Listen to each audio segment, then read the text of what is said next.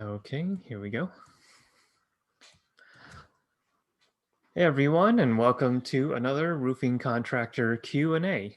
I am RC Managing Editor Chris Gray, and today I'm happy to be joined by Greg Barker, owner of Integrity Construction Management in McKenzie, Tennessee, and Velty W. Miller, his foreman for Integrity Construction. Gentlemen, thank you so much for being here.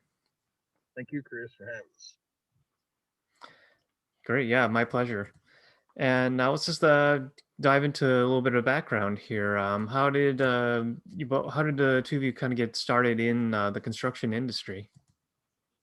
Well, I started remodeling, repairing houses back in the mid '90s, and I guess it was about 3.5, 4 years ago. My wife and I was going to build a house and needed some help, so I heard about Felty Miller, and a couple of his sons, and so I went to his house one day and asked if he'd help me frame a house in, and that was probably 3.5 years ago, and we've been together since, working together.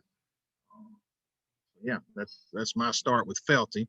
Of course, I started in construction industry in the late '90s. I think Felty's been doing this all his life. Yeah, my dad was I've always been doing it.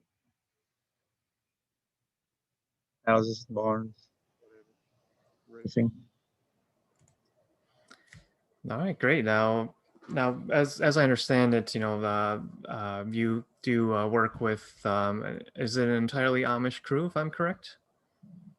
Yeah, we Felty's got a few guys that work for him, and then we have a couple of more guys. But yeah, it's a five or six Yeah. six Amish and one another English guy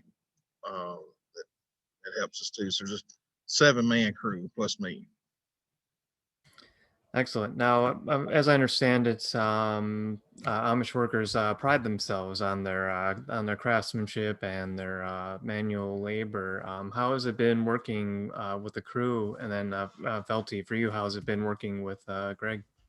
Yeah, I would say, in today's culture, um, quality labor is hard to find. Um, Around town here, when I was looking for somebody to help me, several folks recommended Felty and his kids, and that started our relationship. But yeah, it's I can count on Felty and his crew to be on time every day. Show up and they get 8 hours in. Just really quality is. We pride ourselves in that, making sure we don't have too many callbacks, doing it right the first time, and giving people what they really want. I can't remember what was the Question? question. Amish quality. How you get? Well, Amish are not all the same. I mean, not everybody has the same. Some people's idea is go in and get it done, get out. That's not really been our thinking. We want to get it done right. First time, because the first time we're getting paid. If you go back for a callback, you're not going to get paid. You're going to be doing it on your own, out of your own pocket. So we want to do it the first time. If it costs a little more, we want to do it right the first time. Excellent. Yeah, I mean, there's certainly something to be said about doing quality work and doing it right the first time, so you don't have to do the callbacks and have to keep going back to the customer. I mean, as it is, integrity is right in the name of the company, so I imagine that's a big point of pride for you too. Yes, sir, it is. And like I said, we talked earlier, Chris, it was, that word integrity is your yes is yes, your no is no. And, we're the same people you see today as we'll work for somebody as you see us out here on Saturday or Sunday. And that's how we want our work to reflect us. Relationships with my team, our subcontractors, relationships with our homeowners, the folks in our community is we pride ourselves in that as well. And that's just, I think, what's helped us be successful over the last few years and as we're building and growing. Then I'm just gonna pause here really quickly. For Greg, is there a chance? I don't know if you could like get a little closer to camera or something. You kind of keep dropping in and out with the audio, so I don't know if I don't know if it's something going on your end or if it's just simply. How's that? Is that better? We speak up, I guess. He might not be talking as loud as you want us to. Is that better? Yeah, that sounds better. Thank you. Okay. Yeah, just want to make sure everyone can hear these awesome answers you guys are giving us. Okay, so yeah, let's jump back into it here. So now, when we had talked before, Greg, you mentioned doing some metal roofing and having got into it about a year ago, I would say. Have you seen an increase in the popularity or of a desire to have metal roofs in your work? Yeah, we have. Of course, Felty's done metal roofs and siding for years. And I would say over the last probably, well, since the lumber market went up, we're seeing a more demand for these barn type houses. Metal's held its price for a while, where lumber, you know what lumber prices did. So as that happened, we saw more calls for metal roofing, metal siding, um, and we've done a lot of standing seam metal. I wouldn't say a lot. I'd say probably 4, maybe 5 jobs in the last 8 months of standing seam metal. Our specialty is not just roofing. We do all kinds of construction, but if we get a call on a metal roof, we'll sure take it if we've got a chance and got time. So. And Felty, I don't know if you could just talk a little bit about your experience with working with metal. Has it been how has it been for you working with it in general? With regular metal or standing seam? Standing seam. What I like about standing seam is it's a lifetime roof. If somebody calls and they want just regular metal, like the 3-foot wide metal, I'm really not interested as far as doing a roof.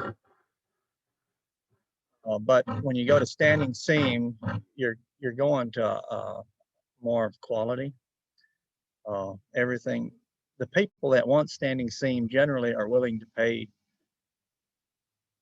for a quality job, where the other guys, they're just wanting a roof covered. Kind of like just to, get it to quit leaking, or it's not the same. For standing seam, you can do a better job, more quality. We just like it better. Yeah, definitely. I mean, that's always a big selling point is the lifetime of the roof. It tends to extend it and tends to be a bit more enduring. And then along those lines with the metal roofing, I understand the company actually picked up some equipment that's actually really helped it from Swenson Shear. I don't know if the two of you could just tell me a little bit about what that's done for your company in terms of working with metal. Yeah, we got asked to do a fairly large standing seam roof. About a 14-12 pitch, several pitch breaks, lots of valleys, dormers, about 8,500 square feet of roofing. And Felty and I talked about this Swenson Shear Snap Table Pro would be real handy and kind of speed us up, save us a little time and money. But it's going to cost us some money on the front end. So we called Morgan at Swenson Shear, had a phone conversation with her in the field. Me and Felty did. Next day we bought it, and they had it shipped to us in just a few days. Got there at the job we were doing, and it saved us quite a bit of time. But it's that Swenson Shear Snap Table Pro. It's on a 16-foot trailer. It's got 3 different components. I let Felty kind of speak to that, how it works and how it helped us on the job site. On this particular job, we had about 320 feet of valleys. I'm talking about like on both sides, 320 feet of metal that had to be cut and hemmed for the valleys. So that's where it really helped us, is in doing those valleys, where you normally have to cut and notch your ribs with snips by hand, do all the hemming by hand, which is hard to do. Can be done, but it's hard to do. And this Snap Table Pro really helped us there. Nice straight valleys, nice straight hems. We enjoyed using it. And the time it saved too. One of our ground guys was spending sometimes 7 to 8 minutes doing that process. We had guys on the roof waiting around. I think we did a piece of metal in like a minute and 40 something seconds and got it up the roof. So you can see the amount of time you can save with that machine. Yeah, that's great to hear, and I imagine, yeah, just being able to save on that labor is a big advantage for you in doing that, especially as these what are they called, the barnuminiums Yeah, growing they more were. popularity. Yeah, that's what a lot of people are calling the barn dominiums. I think there was one of the Chip and Joanna Gaines shows showed them doing that. That's what they called it. It was a barn they turned into a house, and now that is taking root in the South down here. But all it is it's a studded up building with metal sides and metal roof. Got it. And yeah, speaking of just in your area, I don't know if there's any sort of key challenges or anything that kind of stands out to you that you have to tend to address on a regular basis, and how do you address them? Key issues as a uh, like a barn house type thing you're talking about, or something else? Just any key issues. Yeah, I'm just wondering what key issues there are in your market, just sort of general ones that you tend to run into, and how you go about solving them. Yeah, I spoke earlier about relationships, and we try to pride ourselves in relationships with our subcontractors because on a project, if we're um, the longer we have to wait on somebody to get to the job, it delays it maybe, or it takes longer. And if there's money borrowed against the project, then there's interest accruing. So we try to keep our subcontractors updated daily or weekly on where we're at, as well as the homeowner. The homeowner wants to know the progress and where we're at, not just on schedule, where we're at on budget. That's a biggie. That's one of my main responsibilities is doing good estimating, trying to get everything in on budget. And Felty runs the crew at the work site and tries to get, we talk daily and what we have to get done. And those are keeping everything going, I think, is the challenge in today's market here. Materials have been hard to get here lately. So we're having to order those and keep the folks that supply us with different metal or lumber. We're keeping them up to date on where we're at. I send a weekly email to one of my main suppliers on jobs coming up and to help him. It's Carroll County Lumber here in McKenzie to help them know what we got coming up. So I think that's the key challenges nowadays is getting material and the relationships with your subs and homeowners. Got it. Great. And then now along those lines with just, working with homeowners and keeping everyone up to date, a main component, as we've discussed, is integrity and trust. So was hoping you could tell me just a bit about how you build relationships with your customers and earn their trust. Yeah, first of all, I'm in a community I grew up in. Um, we're active in the school systems. We're active in our churches. Felty's in the community. He's active in his community, giving back, and I'll let Felty speak to that. But um, you have a reputation. It takes a while to build a reputation. It doesn't take but 1 second to tear that down. So it's a daily thing with me. It's waking up each day, having an opportunity to serve others and work for someone else, and take pride in your work. It's not just let's get out here and make $1. That's not what this is about. It's let's get out here and do what's right, build a business, build a teamwork, and see where it goes from there. Excellent. And then, Velty, yeah, if you could just tell me a little bit about your involvement in the community. Well, in our culture, we have what we call community frolic. So if one of our people needs help to build a house, say the house burned down, whatever it may be, our community is first. So if somebody needs help, the whole community takes off, goes to help them, do whatever. Next week, we've actually got a project, a fundraiser.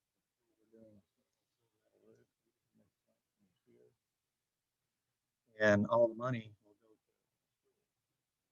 go to. That's one project. Uh, it might be different things.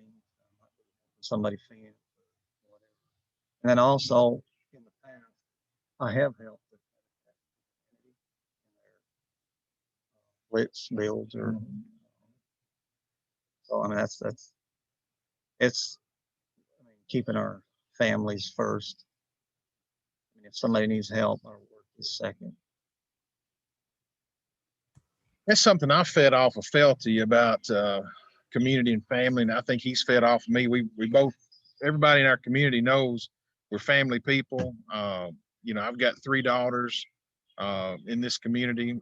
My wife and I were high school sweethearts here in McKenzie.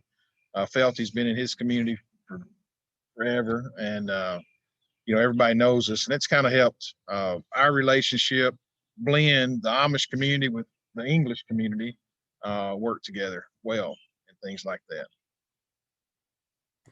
All right, that's awesome to hear. And it's very important. And I think it goes again to your company with integrity. So yeah, I'm glad to hear it. And yeah, keep up the good work. And just one final question for you, just more of curiosity than anything else. I know that you have a day job, as it were, working for Tennessee for their resource and wildlife. I was just curious if you had any sort of experiences with critters and roofs. Critters and roofs. Uh, we've had snakes, we've had raccoons and attics that get in through the soffit. Squirrels, we've had to go get out, but I cannot think of up on a roof anything. Squirrels is the main thing around here. Squirrels and raccoons getting in attics through soffit or vents somehow and having young ones. We've had to go on calls like that. But yeah, yeah. I'm a wildlife officer and a construction project manager. So All right, great. Well, thank you for sharing that. And yeah, hopefully the critters stay away in any future projects. But yeah, again, just thank you both for taking the time to speak with me today. I really appreciate it. thank you, Chris, for having us. Appreciate you. Great. And thank you all for checking out our latest Q&A. And for other content like this, check out our videos and podcasts on roofingcontractor.com and be sure to sign up for our free e-magazine. Stay safe, everyone.